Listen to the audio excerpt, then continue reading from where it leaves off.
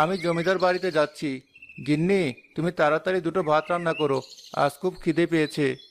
কেমন করে রান্না করব? বাড়িতে চাল কোথায়? তুমি দুধ বিক্রি করে ফেরার পথে চাল কিনে এনো, সাথে তিলও কিনবে খানিকটা। আজ তো প্রথম জমিদার বাড়িতে যাচ্ছ।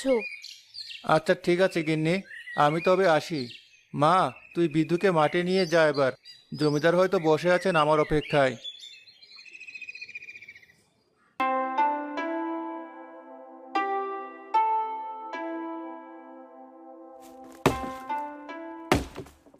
গিন্নি, তোমাকে কতবার বলেছি পানি আনো, তুমি দেখি আমার কোনো কথাই শোনো না। ওদিকে জমিদার মশাই দুধের অপেক্ষায় বসে আছেন আমার জন্য। জমিদারকে দুধ দিয়ে আবার বাজারে যেতে হবে বাকি দুধ বিক্রি করতে। একটু ধৈর্য ধরো, হাতের কাজটা সেরে আসতে চাইছিলাম। তোমার জন্য কি আর সে উপায় আছে? শুনেছি গোয়ালা মিন্টু গ্রামে গ্রামে দুধ বিক্রি করে, তার দুধ নাকি টাটকা। জমিদার মশাই যদি ওই মিন্টু গোয়ালার দুধ নেন, তাহলে তো তোমার এই পানি মেশানো দুধ তিনি আর নিবেন না। যতটুকু দুধ তার থেকে ডাবল পানি দিচ্ছি।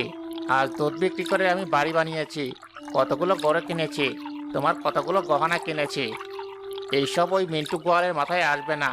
জমিদার আমার কাছ থেকেই দুধ নেবে। কিন্তু কিছুদিন ধরে তো তোমার ব্যবসা ভালো চলছে না। আর বলো না, ওই মিন্টু মিয়ার জন্য বেজাল হয়ে যাচ্ছে।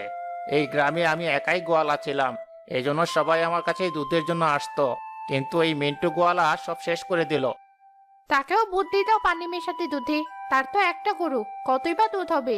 তার দুধেও পানি দিলে তোমার কাছেই মানুষ আসবে। সে কথা বলেছে, কিন্তু সে সৎ গোয়ালা, আমার কথা শুনবে না।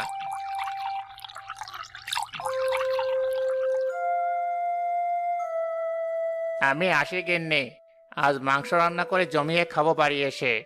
এখান থেকে তাড়াতাড়ি সরে পড়ি, সজল ভাই দেখলে বিপদ। কি মানুষে বাবা, অল্প দুধে কত জল দিল। না খেয়ে থাকবো, তবু অসৎ পথে দুধ বিক্রি করব না। একে, আজ তুই জমিদার বাড়িতে যাচ্ছিস যে? জমিদার বাড়িতে দুধ তো আমি দেই। জমিদার মশাই আমাকে ডেকে পাঠিয়েছেন বলে তো যাচ্ছি।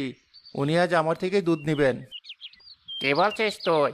আচ্ছা, তাড়াতাড়ি চল, না হলে জমিদার রাগ করবেন। এই তো ভাই যাচ্ছি। আচ্ছা ভাই, একটা কথা বলি। আল্লাহর ইচ্ছায় তোমার তো অনেক কিছুই আছে, তাহলে তুমি দুধে পানি কেন মেশাও?